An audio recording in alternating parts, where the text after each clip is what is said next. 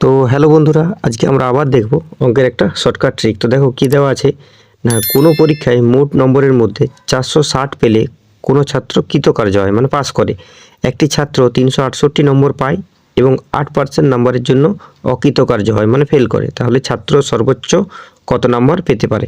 তো দেখো কি বলেছে না, পাস মার্ক আছে, 460 পেলে পাস হয়। তাহলে 460 এটা কি পাস মার্ক, ঠিক আছে। ছেলেরা কত পায় না, 368 নম্বর পেয়েছে, ঠিক আছে। আর কি বলেছে, 8%-এর জন্য ফেল করেছে। তাহলে 8%-এর জন্য ফেল করেছে, তাহলে এইখানে দেখতে পাচ্ছি পাস মার্ক কত 460, সে কত পেয়েছে 368। তাহলে কত কম পেয়েছে এটা বিয়োগ করো, 92 কম পেয়েছে, ঠিক আছে।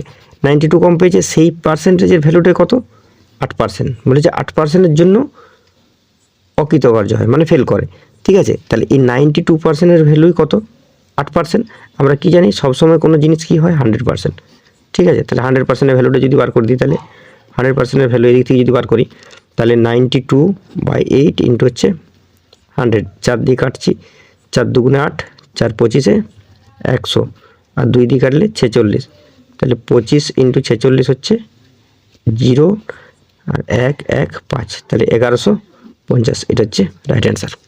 আশা করি বুঝতে পেরেছো কি করলাম। আরেকবার দেখো কি বলেছে, যে কোনো পরীক্ষায় পাস মার্ক কত 460, একটা ছেলে 368 পায় কিন্তু 8%-এর জন্য ফেল করে।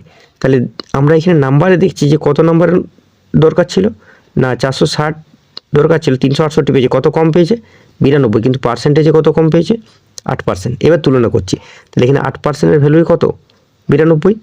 আমরা কি জানি সবসময় কোনো নাম্বার বা কোনো সংখ্যা 100% থাকে, ঠিক আছে। তাহলে 100%-এর ভ্যালুটা আমরা বার করছি তার থেকে।